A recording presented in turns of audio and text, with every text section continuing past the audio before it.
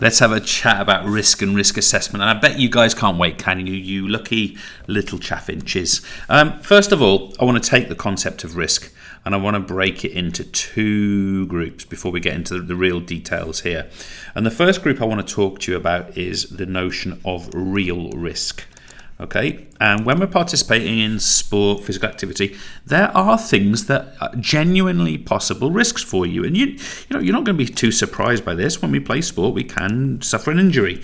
We can, let's give an example, we can experience a strain, which of course is a muscular injury, or we might experience a sprain, which is a ligament injury, for example. Or, you know, we might bash our head in rugby or fall from the trampoline or land awkwardly in gymnastics, and we might suffer a concussion. Those are real things that could happen, and the whole point of that is what we need to do there is we need to mitigate that risk. Okay, we need to mitigate that risk, and by mitigate I mean make the tendency for these things to happen to be lower, and I'll talk to you about those things in a moment. But I also want you to be aware that in sport and physical activity there are things that we consider to be perceived risk. Okay, where in reality the risk is not that high. So let me give you a couple of examples, although we're not going to take them any further today. What about falling when abseiling? Now you might be thinking, well, hang on a second, what if you haven't got a rope? Well, I'm making an assumption here that before you go abseiling, you have got a harness on, you've got a rope on. It's not actually possible. It's like going on a roller coaster, isn't it? To an extent, like theoretically, it feels dangerous, and it's like, ooh, I'm going fast, I'm going up and down and upside down, but ultimately, it's super safe. I know someone's going to say there have been accidents. I'm aware of that. What about this one? What about drowning when kayaking? Okay, now. Yes, the risk is there. It's possible that it could happen, but if we take these mitigation steps and we wear a life jacket and we stay in our depth and we don't go down ridiculous white water and so on and so on and so on, generally the risk is not there. It's just a perception of that risk. But these things are real risk. These could genuinely happen. Now, the thing I would just say about the two examples I've given here, of course, if they were to actually happen, then the danger would be quite high. You know, you could drowning and falling from a rock.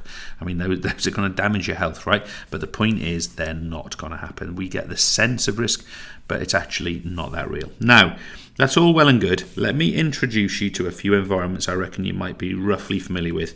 This here, or at least I'm going to say today, is a swimming pool. Okay, swimming pool. This here, let me get the next one in.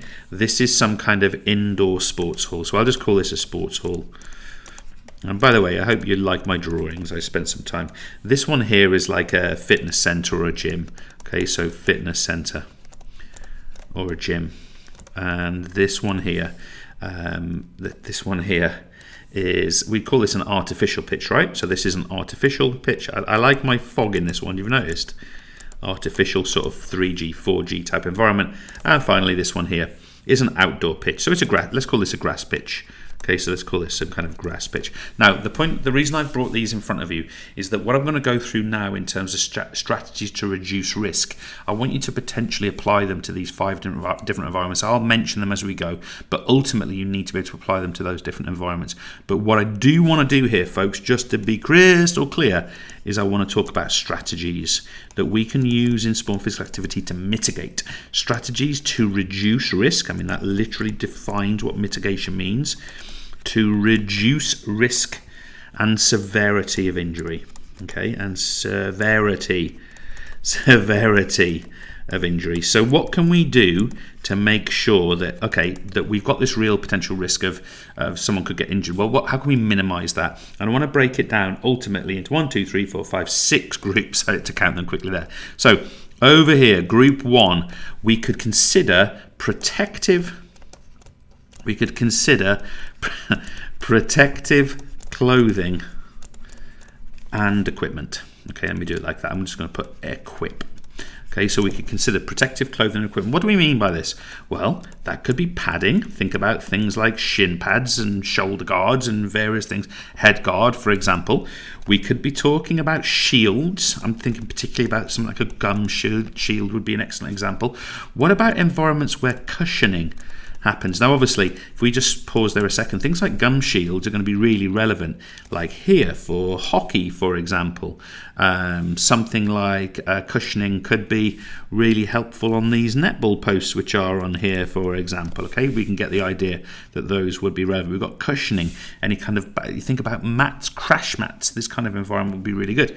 What about something like a harness?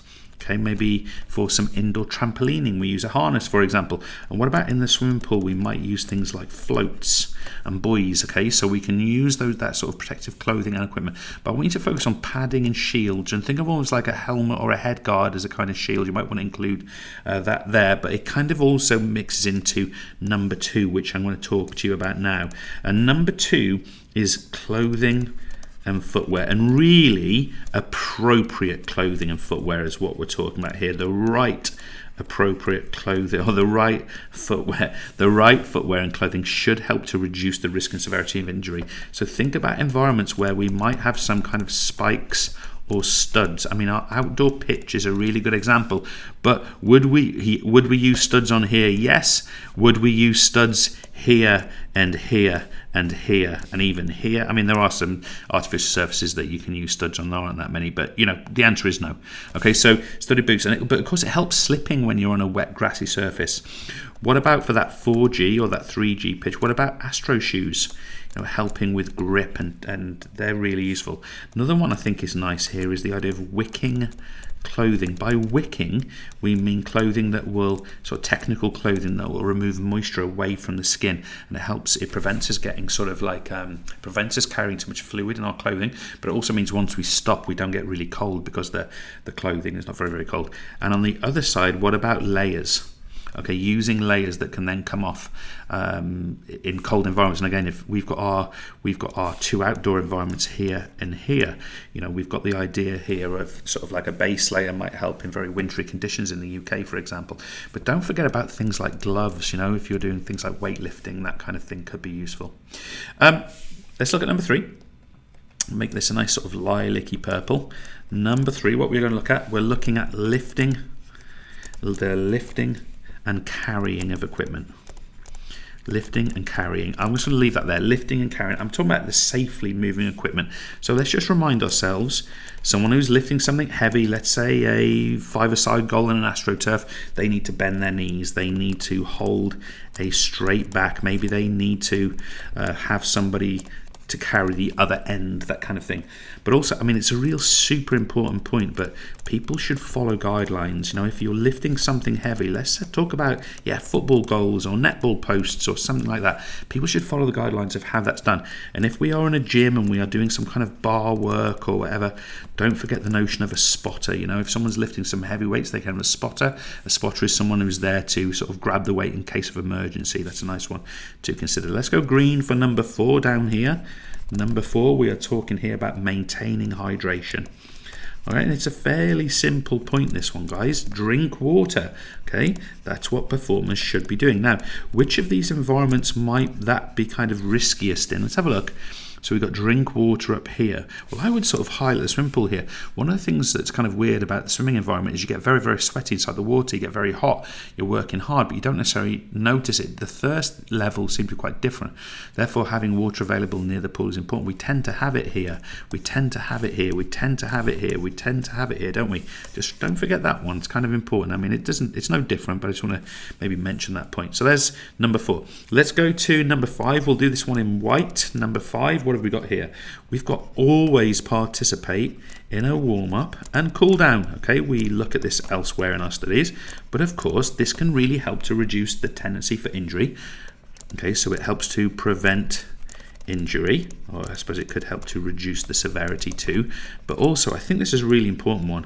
It helps to prevent DOMS. Don't forget about DOMS, delayed onset of muscle soreness. It's not an injury in its own right. It's kind of normal if we do very, very strenuous work, but it can be limited by doing, for example, a cool down. Now let's finish this off right up the middle with number 6 here. We're talking about, oh damn it, there's actually 7.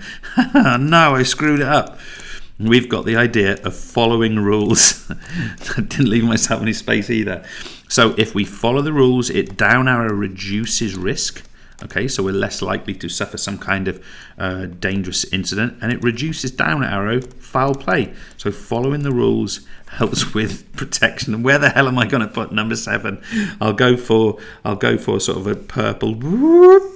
I'll go over here. What was that noise I just made? Number 7. I want to finish off here. I mean, it's probably one of the most important ones that I nearly forgot, and that is that there needs to be a suitable level of competition. I'll just put comp. Okay, suitable level of competition. And who should performers be performing against? People of the same age, perhaps. I don't want to get sort of too sort of detailed in this, but one could argue people of the same gender. Certainly around puberty and beyond seems to be sensible, and also of kind of skill level. You know, you can imagine, for example, that the thing is, if it was just age based, I mean, think about something like cricket or baseball, really hard ball traveling fast. Even if you're elder, even if you're an adult and you haven't played that before, it's kind of useful to realise there's this rock hard bit of cork coming at you at 90 miles an hour and could hit you on the bonce, you know. Therefore, the skill level is also worth considering there. So those are the strategies. Make sure that you can apply them to our environments.